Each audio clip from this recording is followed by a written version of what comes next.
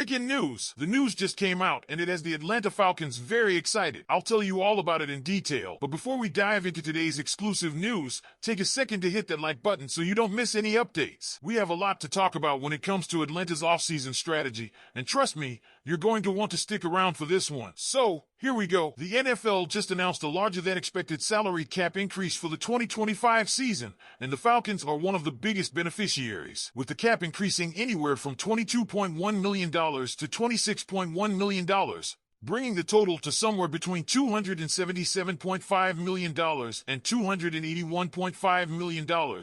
Atlanta now has a little more breathing room than anticipated, and with one of the worst salary cap situations in the league, every dollar matters. Of course, the Falcons have some major decisions to make this offseason. The Kirk Cousins situation is still looming, and key free agents need to be addressed. But there's another area of concern that hasn't been talked about enough: the secondary. Mike Hughes and D. Alford are both free agents, and while Hughes is a strong candidate to return, Alford's performance in 2024 makes his situation far less certain. He struggled heavily in coverage and finished with a career-low 55.9 defensive grade and a 52.1 tackling grade according to PFF. Simply put, it's time for the Falcons to move on. So, who should the Falcons target to replace him? Enter veteran cornerback Jordan Lewis, who has spent the last 8 seasons with the Dallas Cowboys. Lewis is coming off his best season in the last 5 years, earning a solid 71.7 PFF grade, including a career-best 79.0 in coverage. The best part? He won't break the bank. Atlanta could sign him to a short-term deal that provides an immediate upgrade without overcommitting to a long-term contract. Given the Falcons' financial situation,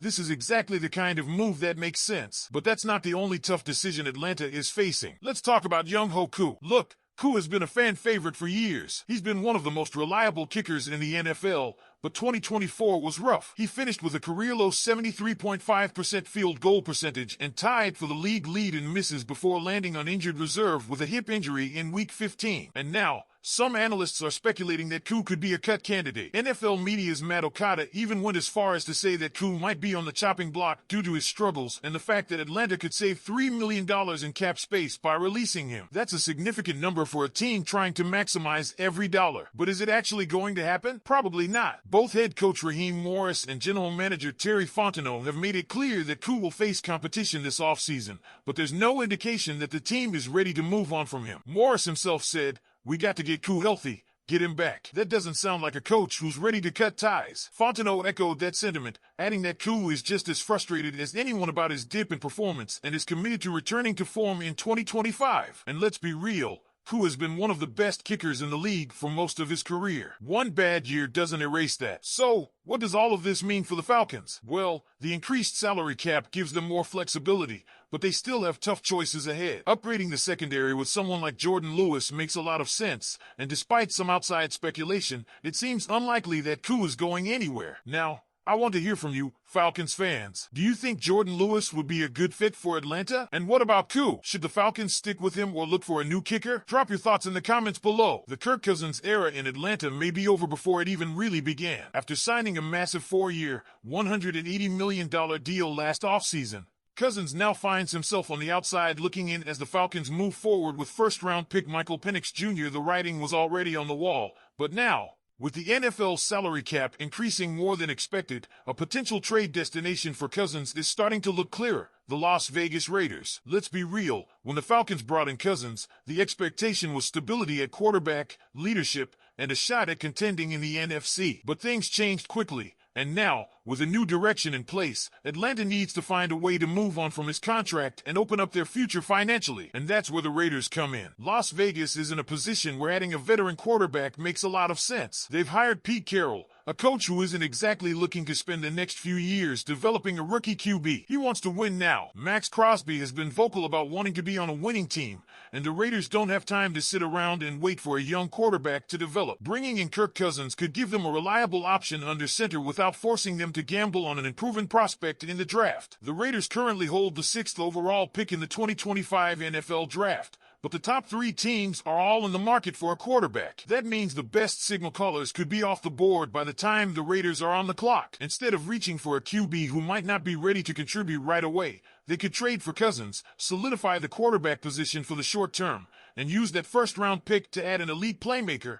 whether that's a star wide receiver, a game-changing running back, or another piece to strengthen the defense. Now, let's talk money. The increased salary cap is a game changer for teams looking to make moves. The Raiders are projected to have around $72.8 million in cap space even after a potential trade for Cousins. That means they could bring him in while still having the flexibility to build around him. They already have weapons like Brock Bowers, Jacoby Myers, and a solid offensive line. Add in some defensive upgrades, and suddenly, the Raiders look like a much more complete team. But let's not forget one major factor. Cousins has a no-trade clause. That means he has the final say on whether or not he's willing to go to Las Vegas. Would the Raiders be an attractive destination for him? It's possible. He'd have an experienced head coach, a capable offensive line, and enough playmakers to succeed. Plus, with the added cap space, Las Vegas could continue adding talent to make the transition even smoother for him. For the Falcons, moving on from Cousins would be a major step toward clearing their financial books and fully committing to the Michael Penix Jr. era. While there's no guarantee a deal gets done, the increased salary cap gives Atlanta a real shot at finding a trade partner. The question is whether the Raiders are willing to pull the trigger and if Cousins is open to making the move. So, what do you think, Falcons fans? Should the team push hard to trade Cousins and move forward with Penix, or should they give Cousins another shot? And if he does get traded, do you think Las Vegas is the best landing spot? Let me know in the comments below. Let's talk about Drew Dalman. According to NFL insider Greg Rosenthal, there's serious buzz around the league that Dalman could become the highest paid center in the NFL. Yeah, you heard that right. $20 million per year. Now, when you hear a number like that, you have to stop and think, is Dalman really worth that much? Because if that's the case, the Falcons might not be able to afford to keep him. Rosenthal made this statement on the NFL Daily podcast, saying, talking to people around the league, he's going to get like a starting offensive lineman type of what? Who got $20 million a year? But Drew Dalman will be that guy. He is absolutely getting that. I don't think the Falcons are going to be able to afford to keep him. If this report holds true, then there's pretty much a 0% chance that the Falcons bring Dalman back. A $20 million deal would completely reset the market for centers and even surpass the contract of Creed Humphrey by $2 million per year. And let's be honest, Dalman is a solid center. But is he really worth that much more than Humphrey? That's where the debate starts. Timing plays a huge role in these contracts. It's not always about who is the best player at a certain position. It's about when a player hits free agency and how many teams need that position filled. Right now, Dalman is entering the market at the perfect time. He's the best available center, and there are multiple teams, like the Bears, Packers, 49ers, and Chargers, who desperately need someone at that spot. That's a recipe for a massive payday, even if the numbers seem inflated. Personally, it's tough to imagine Dalman actually pulling in $20 million a year. A more reasonable expectation would be around $11.5 million annually on a 3- or 4-year deal. That would still put him among the top 5 highest paid centers in the league, but it wouldn't completely blow up the salary cap. A good comparison here is Eric McCoy's deal with the Saints, which seemed like a realistic benchmark for Dalman. So, if Dalman walks, what's the plan? The Falcons would have to find a new starting center, and the leading candidate in-house is Ryan Neuzil. He did a solid job filling in when Dalman was out, but the big question is whether he can maintain that level of play for a full 17-game season. That's something the coaching staff will have to evaluate closely. All right, Falcons fans, now it's your turn. What do you think? Is Dalman worth a record-breaking deal? Should the Falcons do whatever it takes to keep him? Or is it time to let him go and find a cheaper replacement? Drop your thoughts in the comments, and don't forget to like and subscribe for more Falcons news. Go Falcons!